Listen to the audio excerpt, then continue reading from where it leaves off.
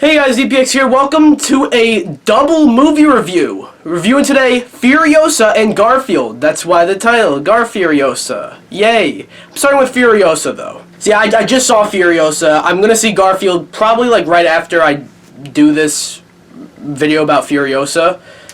But yeah, so Furiosa is like a prequel to Mad Max Fury Road that George Miller thought about because, like, he thought about that as he was working on Fury Road because Fury Road took so long to make. So much time passed that he was actually able to come up with, like, a whole backstory for one of the side characters in Furiosa. And to give a little backstory, I am somewhat familiar with the Mad Max movies. I've seen Fury Road a while ago. It's pretty much where it ends for me though, but I thought this movie looked really good, and since it was a prequel, and it was a prequel that George Miller was kind of working on for a while in a way, so I was very interested to see it, and it didn't disappoint. So this is way more, it's a more personal story than like any of the other Mad Max movies, from what I know, because basically this is about Furiosa, who is played by Anya Taylor-Joy, and she has an antagonist who has wronged her, and she wants to get even and seek revenge on him. It's a very personal story for the character, and I think it works. It was very compelling. And I will say, Anya Taylor-Joy kills it as Furiosa. I remember a lot of people were upset when Charlize Theron was not going to be Furiosa. But you gotta understand, this is a prequel, you know? Especially with, like, how much time before Fury Road this movie takes place. It probably wouldn't have made much sense. It maybe would have been a little distracting if Charlize Theron was Furiosa again, and she looks the exact same in both movies. But I think Anya Taylor-Joy is a great fit. The thing is, for like the first hour, she's not really in the movie. Like, Furiosa is, but not Anya Taylor-Joy. Like, we get a younger Furiosa in like the first hour of the movie. And I do remember hearing something about that before I watched the movie, and I was a little skeptical about that. The way it was worded to me was Furiosa's not in it for like the first hour, you know, so your main character's not in it for the first hour. That's not the case. But Anya Taylor-Joy as Furiosa's not in it for the first hour, and I was a little concerned. I'm like, but it works very well, and they spend a lot of time just, you know, setting up just the second half of the movie, basically. And that's maybe doesn't sound that good, but I think it works. But if it's not Anya Taylor-Joy who steals every scene, I think it's Chris Hemsworth. He's the villain, Dementis, and he absolutely steals the show. I really like Chris Hemsworth, but I feel like a lot of the time, and this is through no fault of his own, but like a lot of time when he's in a movie that's not a Marvel movie, I kind of just see Thor, you know, and, you know, that sucks, you know, and it's not really his fault, but, like, this movie, I did not really see Thor. I saw Dementis. Like, the type of performance he puts in is something I can't really recall seeing him, like, do in the past. And on top of that, the type of villain he is pretty different from Mad Max in general, because he's not a very well-respected character within, like, the movie. The action, as well, not as good as Fury Road, but you gotta understand, that's a very high bar. But the action is, like, very good. I was glued to the screen. There was, like, a whole shootout scene, if you know, you know, where, like, I was on the edge of my seat during that scene. And, like, I kind of thought, like, after that the movie was gonna end. But then there was, like, another, like, 25 minutes of the movie, and I'm like, damn, you know. And that's not a bad thing, by the way, because, like, it kept me on the edge of my seat. And the visuals as well, like, there's some issues with that I can get into. My one major complaint, really. But, like, at times, like, the visuals, like, especially, like, the set pieces or, like, the areas, you know, just the look of the movie, it looks amazing. Going back to what I said about, like, Chris Hemsworth and Anya Taylor-Joy, like, even though Furiosa is, like, the main character, she's not really talking that much. She doesn't talk that much. In fact, I feel like she doesn't talk that much at all. Like, there might be, within the first, like I said, there's the first hour, like, we don't even see, like, adult Furiosa. But I want to say, like, a good half an hour after we get introduced to adult Furiosa, she really doesn't talk that much. It's like in the last hour she talks a lot more. But, like, so a lot of the carrying throughout the movie, like, a lot of the dialogue is Chris Hemsworth and some of the other characters. As for stuff I didn't like, some other visual, I mentioned that there are really good looking visuals, but other visuals were a little wonky. Specifically, there are some fire effects that I noticed and were like, ooh, that doesn't look that good. That's a small issue. Another issue I had, this really isn't that bad because it wasn't offensive or anything like that, but I talked about Furiosa, and I talked about Dementis, and that's really it. And that's because not that the other characters are bad or even boring, I just don't really have much to say about them. Like, again, not that they're bad, and not that they are boring or, like, badly written, but they are kind of just there. They're kind of there to serve, like, either they're there to serve Furiosa or they're there to serve Dementis.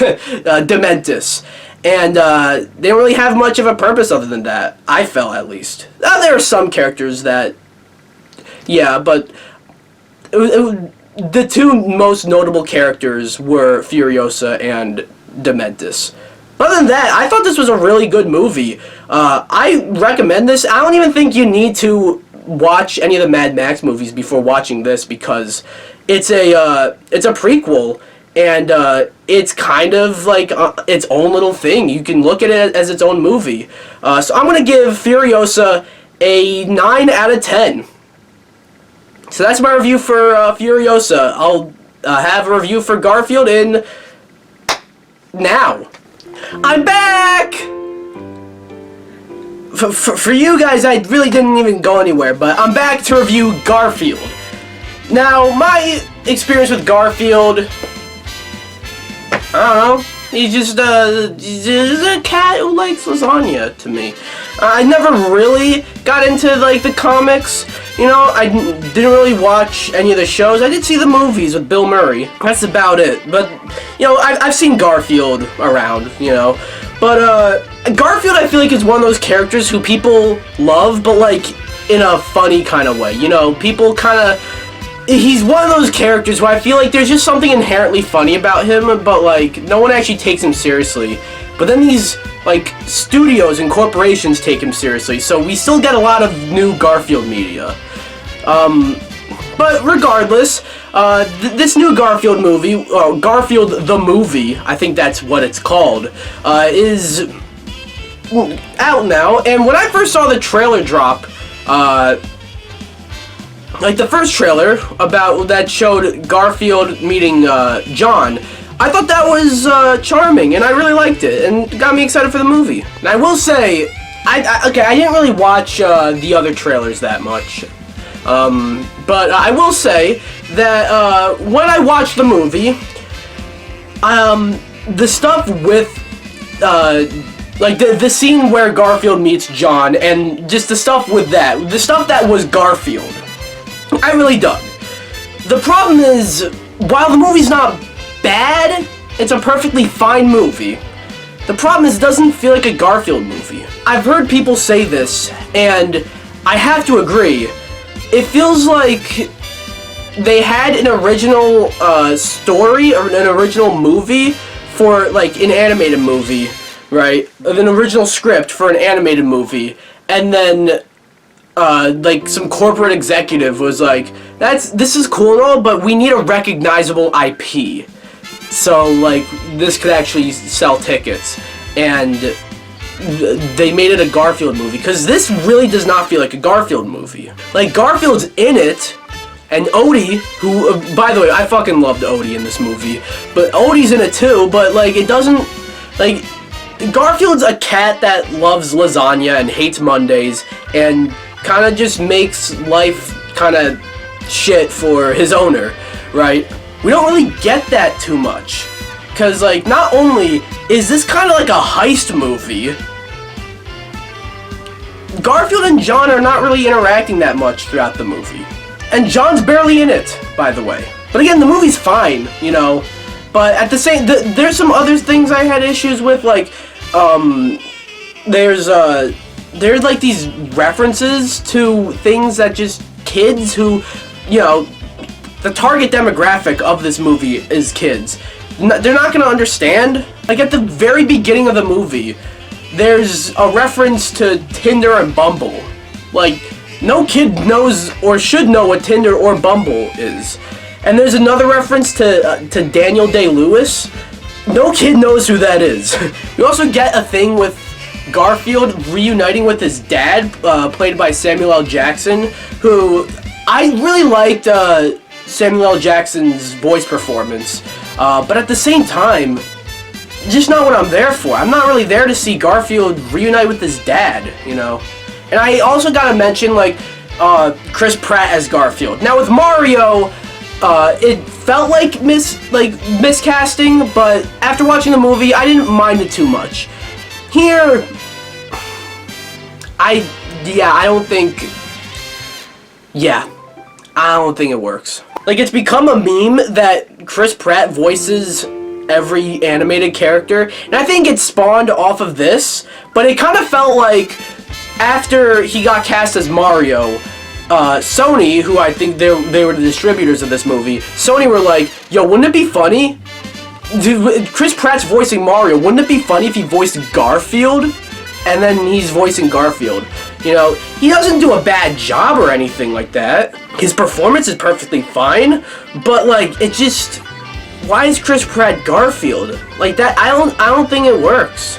But again, it's a perfectly fine movie. Kids will enjoy this. You know, there are some parts that got me to laugh. I laughed a couple of times. Again, Odie was the star of the show. I fucking loved Odie. I want that dude in Nickelodeon All-Star Brawl 3, okay?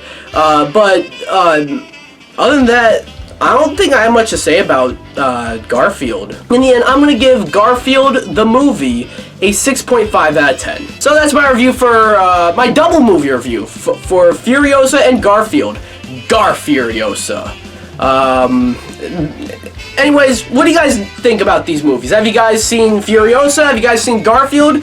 Anything about the movies, let me know down below. Anyways, be sure to comment, subscribe, or